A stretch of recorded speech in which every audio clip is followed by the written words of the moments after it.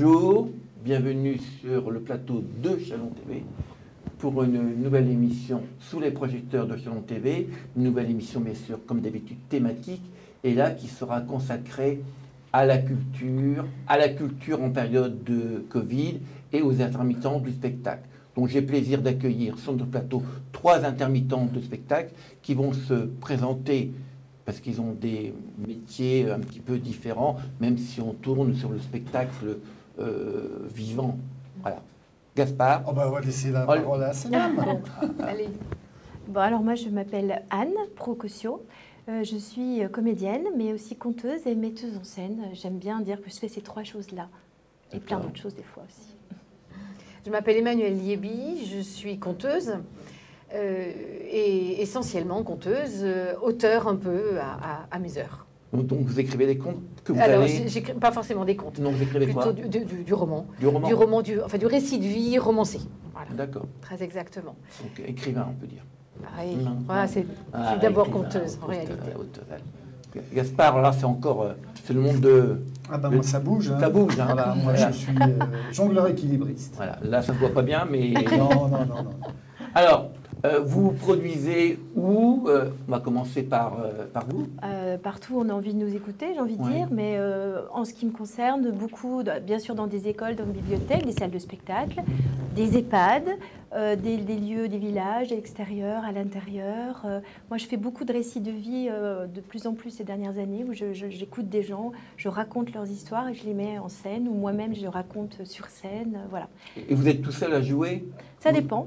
Souvent toute seule. Je travaille beaucoup avec un autre comédien, musicien, régisseur. On fait beaucoup de choses à 2. On travaille beaucoup avec Emmanuel aussi, en fonction des rencontres et des envies. Ou alors avec des gens totalement amateurs que je mets en scène. Vous aidez à monter sur scène et à jouer avec vous. Oui, voilà. Et donc là, vous êtes metteur en scène. C'est ça. Voilà.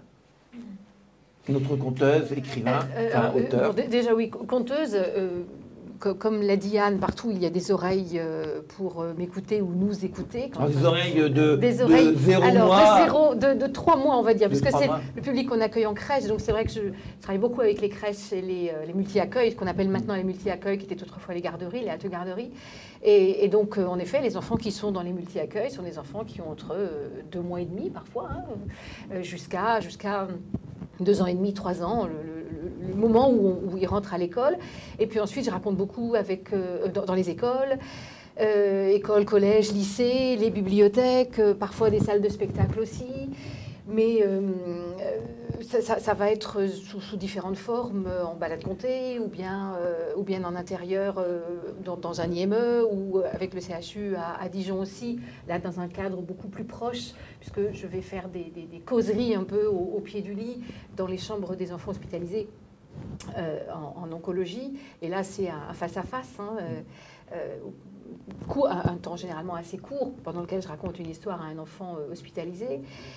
Et donc, je travaille beaucoup avec Anne sur des projets,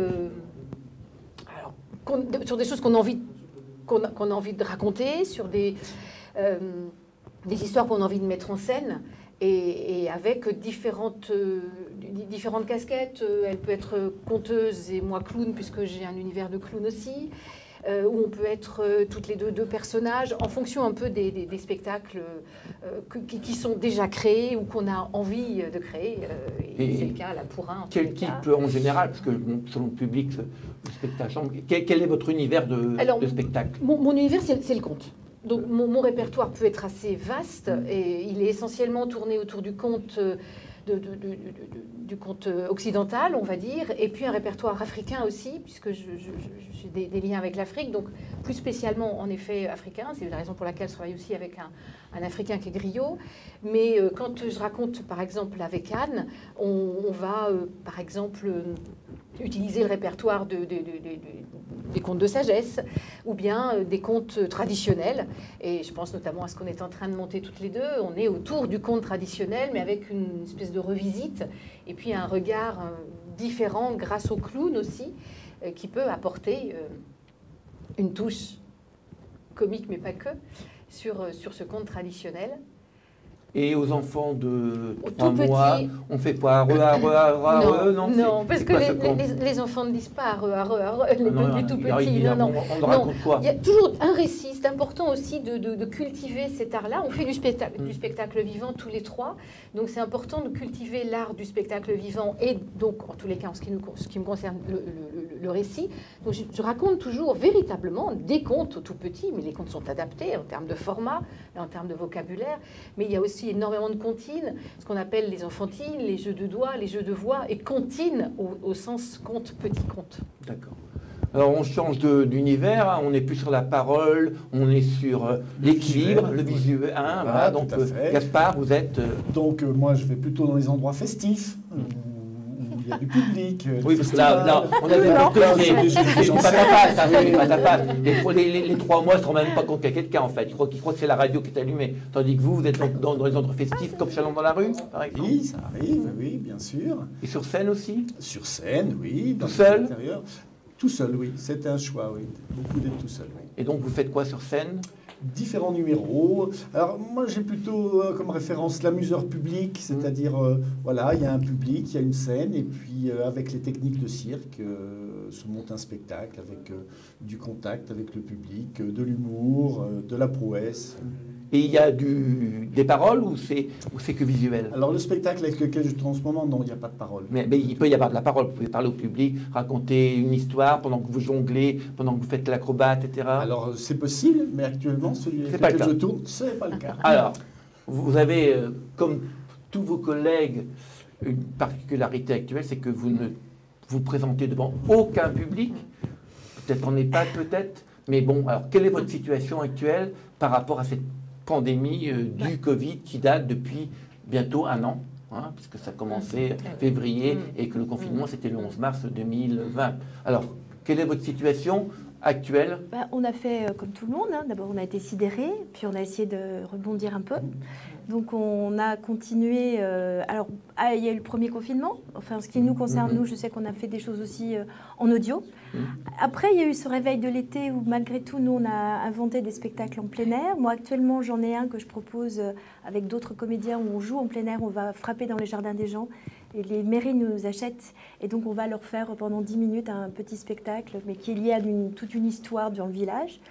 On a été aussi embauchés, on a travaillé quand même en direct, en visio, ce qui fait que les gens ont pu nous voir de chez eux.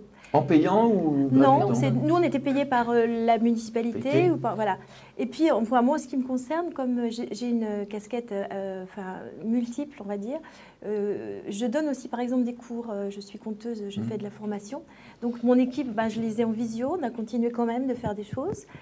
Puis on a essayé, non pas de se réinventer, parce que je crois que c'est ce qu'on va dire, parce que ce qui se dit beaucoup en ce moment, c'est que oui, les intermittents, il faut qu'ils se réinventent. Mais nous, ce qu'on fait depuis 10, 15, 20, 30 ans, c'est qu'on travaille déjà dans les villages, dans les jardins, chez les gens. Et tout ça, on le faisait bien avant le Covid. Donc, bien sûr, c'est plus compliqué. Il y a la frilosité, on a moins de contrats. Enfin, je vais les laisser parler. N'empêche que ce qu'on continue de faire, c'est ce qu'on a fait depuis toujours. Il n'y a pas une culture pour nous à réinventer tout de suite et à continuer ce qu'on faisait. Enfin, je ne sais pas si vous êtes d'accord. Et votre expérience visio-spectacle, vous avez trouvé ça comment? Ça vous a c'est une nécessité, de toute façon, il n'y a pas de choix. Mais est-ce que vous avez trouvé je vais essayer de parler Manuel. Oui, Manuel. Alors, Manuel, est-ce que vous avez travaillé un petit peu avec Anne? On a travaillé toutes les deux. On a même travaillé à 3 sur un spectacle qui a été filmé. Donc on a été embauché par la ville de Chalon pour présenter ce spectacle en visio.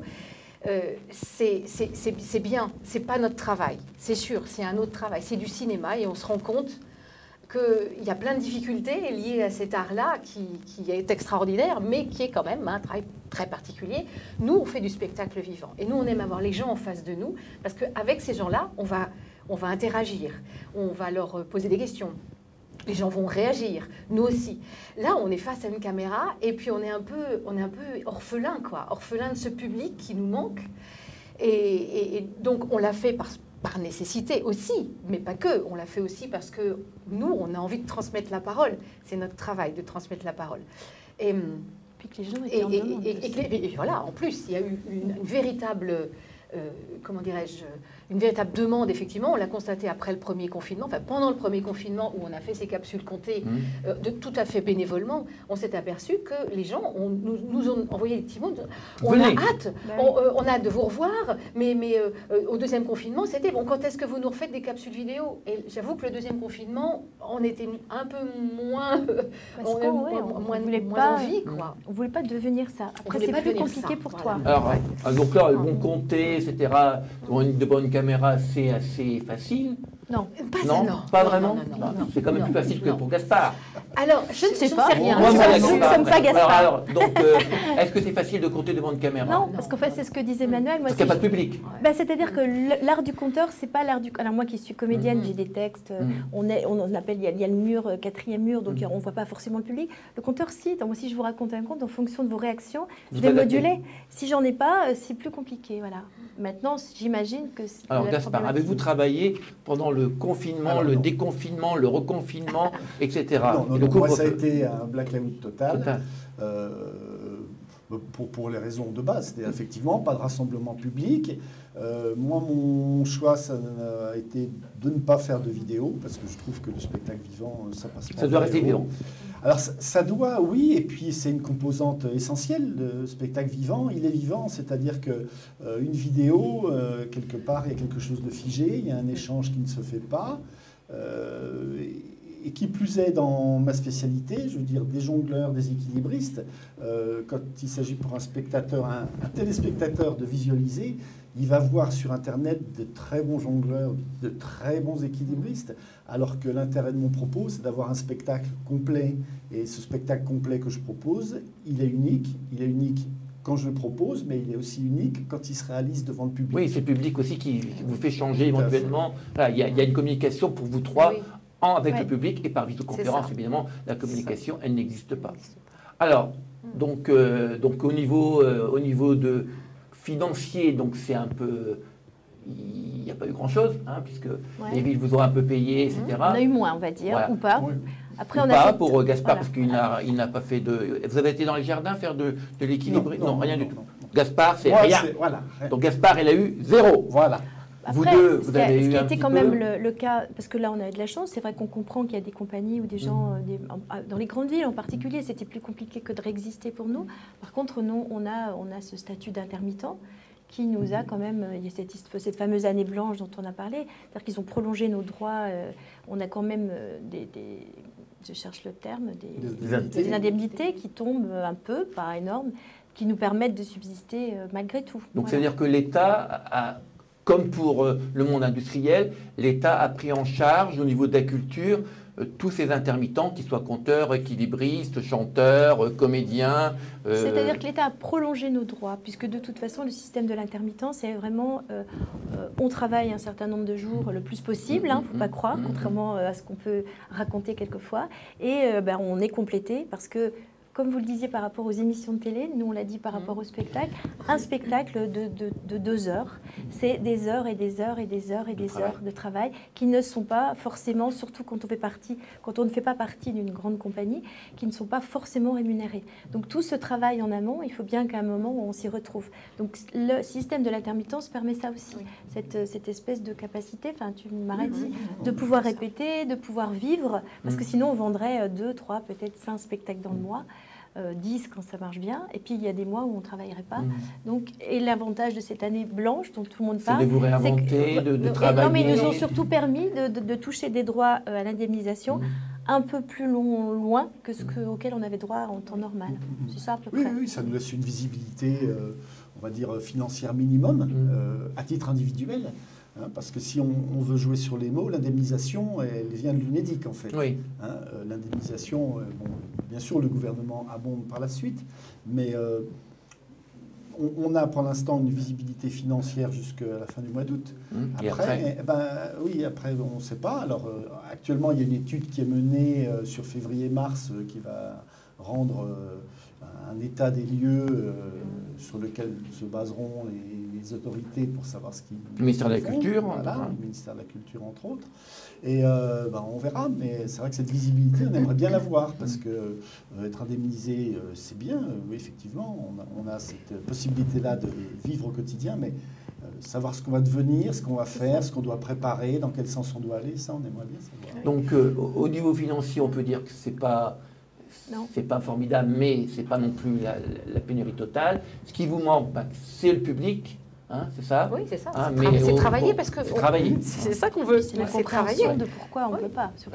Et comprendre pourquoi on ne peut pas. Pourquoi il y a des endroits où on peut, pourquoi il y a des endroits où on a le droit de se rassembler, d'autres on n'a pas le droit. Enfin, des tas de choses comme ça qui nous paraissent un peu étranges et des décisions qui nous sont un peu tombées dessus comme ça sans qu'on ait un peu le voix au chapitre. Et quand je lis ce matin dans l'article du Parisien que en fait la culture n'est pas à l'arrêt, je me dis alors allons fouiller un peu. Ah bah oui, il y a plein de captations, une super chaîne de TV qui viennent se sourire avec des gens qui peuvent et on peut aller voir des spectacles de danse, de musique, etc. Mais non, ça marche pas comme ça. Nous, on veut pouvoir travailler. Maintenant, les clauses sur les contrats, il y a une espèce de clause Covid, et c'est la première question qu'on nous pose, parce qu'on fait, on remplit des demandes de vie, etc. On a des dates, des projets, des dates, bien sûr, mais la clause ultime, c'est ça. Alors, qu'est-ce qui se passe s'il faut tout annuler la veille? Parce qu'il y a un confinement annoncé. Bon, boum, ça y est, voilà, cette clause, elle arrive. Donc, en réalité, on est tout le temps sur le fil. L'équilibriste, on est tout le temps sur ce fil et on ne sait même pas si dans 8 jours, ce qui est prévu dans telle ou telle école aura véritablement lieu. Mais il faut quand même rester dans l'énergie, il faut quand même préparer et on le fait parce qu'on est porté par cette force. Et parce qu'on a réussi à garder cet humour qui a été mis à mal quand finalement on a compris via tout ce qui se disait que nous n'étions pas essentiels. Voilà. Et on a trouvé ça... On dit un peu moins maintenant. Oui, mais on a trouvé ça très difficile parce qu'on s'est tous dit effectivement un monde où on va se rentrer chez soi à 6 heures et on peut qu'aller dans les supermarchés, c'est pas un monde qui permet de vivre. Et comme les restaurateurs, comme plein de métiers, on n'est peut-être pas vitaux au corps physique, mais je crois qu'on est largement indispensable au monde. Et ça, on voit bien la tristesse du monde dans lequel on s'avance et nous, on n'a pas envie de ce monde-là, quoi. Alors, oui, j'allais dire, en rebondir là-dessus, en disant que c'est aussi ce qui porte notre espoir, c'est qu'on sent bien que tout le monde a envie que ça reprenne. Oui. Quoi. Après, bien sûr, il y a ce Covid avec ses variants, etc., etc. Il y a confinement, déconfinement partiel, etc., couvre-feu. Voilà, c'est un peu compliqué à gérer en France, mais partout dans le monde, sauf en Chine, où là, le confinement a été vraiment du confinement, où les gens ne pouvaient pas sortir de chez eux. Parce que les Chinois sont habitués à obéir, sinon c'est le camp de rééducation. Donc, pour finir l'émission, on a compris que votre espoir, votre envie, c'est d'avoir du public de 3 ans, de 3 mois, de 90 ans, un public en face à face ou un public beaucoup plus large. Alors, quel est, pour finir, votre espoir votre dernière phrase? Moi, les dernières phrases en tant que conteuse et comédienne, c'est que les mots, quels qu'ils soient, les mots des écrivains passés, les mots des contes, les mots continuent de voltiger, et pour voltiger et continuer de s'échanger, il ne faut pas avoir des masques et fermer les salles, il faut qu'ils puissent s'envoler et que ça reprenne. Voilà, oui, alors ouvrons les fenêtres pour que les histoires après l'émission, on va ouvrir nos fenêtres. Oui, c'est la même chose. Il faut pouvoir continuer d'échanger. Et vous espérez vous espérez ça pour quand? Hier. Pour hier. moi, je pensais que c'était pour il y a 2 ans, mais non, c'est pour hier. D'accord. Donc, vous n'avez pas d'idée. Alors peut-être Gaspard Chalon dans la rue, peut-être 2021. Alors peut-être. Non, parce que je pense que les programmations sont d'ores et déjà bouclées. Oui, mais bouclées, comme on sait que les programmations, elles peuvent s'arrêter puisqu'il y a des mesures sanitaires qui sont prises. Est-ce qu'il y aura un Chalon dans la rue 2021? C'est pas... That is the question. Donc alors, quel est l'espoir de Gaspard? Que les échanges reprennent, effectivement, qu'on puisse revenir sur le terrain, rencontrer les gens et passer des bons moments. Et les faire rire, les faire rêver. C'est ça? C'est ça. Oui. Bon, écoutez, nous, on vous souhaite... Se nourrir de tout ça. On souhaite que la culture redevienne, non pas essentielle, mais très essentielle. Parce que c'est vrai qu'il faut manger. Quand on ne mange pas, on ne pense pas à la culture, mais quand on mange, il faut aussi se cultiver, s'instruire. C'est-à-dire quand on lit ou quand on va au spectacle, on n'a pas faim non plus. Oui. Mais c'est une nourriture, le spectacle vivant. Oui, mais bon, je pense aussi que si on n'avait que le spectacle vivant, à mon avis, il y aurait quelques petits problèmes. Hein. S'il n'y avait pas une nourriture, disons, plus... Mais à l'inverse aussi, regardez la Bien pauvreté sûr. du monde. Bien sûr, bien sûr. Mais bon, nous, on a la chance, dans nos pays européens, de pouvoir aller... on avait la chance de pouvoir aller au spectacle, au cinéma, au théâtre, au concert, avoir dans son jardin des conteurs, des jongleurs peut-être, etc. Bon, c'est vrai que depuis le mois de mars 2020, ben, tout ça s'est un petit peu réduit à sa plus petite portion, et même à rien du tout parfois. Donc voilà, on souhaite pour tous les intermittents du spectacle, quel que soit le spectacle qu'ils produisent, ben, on souhaite que le beau temps revienne. Et tous les artistes qui ne sont pas intermittents, Oui. et là, qui souffrent encore Encore plus. plus parce qu'ils ne sont pas Et indemnisés. il y en a plein. Et il y en a combien? C'est quoi le pourcentage? Je sais pas. Mais il y en a beaucoup. Et il y a des jeunes aussi qui voudraient et qui sont tombés dans l'année où il ne fallait pas pour avoir le donc statut. là, eux, ils n'ont rien. Donc on a plein d'artistes qui ne sont pas intermittents et qui sont dans une Ils n'ont aucune indemnité. merde. Ils ont Ah bah aucune- non, rien. non, bah non. D'accord. Donc vous avez cette chance, vous, d'être aidé par l'État. Exactement. On peut dire quand même que l'État a fait un effort. Hein, Mais oui. Pourtant, en Europe, c'est le pays où il y a eu plus d'efforts par rapport à la culture, même si au départ, ce n'était pas essentiel. Mais c'est vrai que ceux qui n'ont pas de statut, C'est compliqué là. ils n'ont rien parce qu'ils n'ont rien pour se produire, sauf éventuellement la rue en mendiant. Mais c'est quand même pas Ouais, une et situation. ce sont des artistes Ce au sont même des titre, artistes. quoi. Donc ça, c'est Donc, compliqué. vive les artistes, Oui. Ouais. vive les spectacles vivants, et ben, vive la télé aussi, hein, parce qu'on est là aussi C'est vrai. pour parler des artistes vivants. Et ben, on vous souhaite de vous voir bientôt dans les rues, ou dans les hôpitaux, dans les classes, ou sur scène, avec seul ou avec d'autres artistes. Merci. À vous. Merci Merci beaucoup. beaucoup.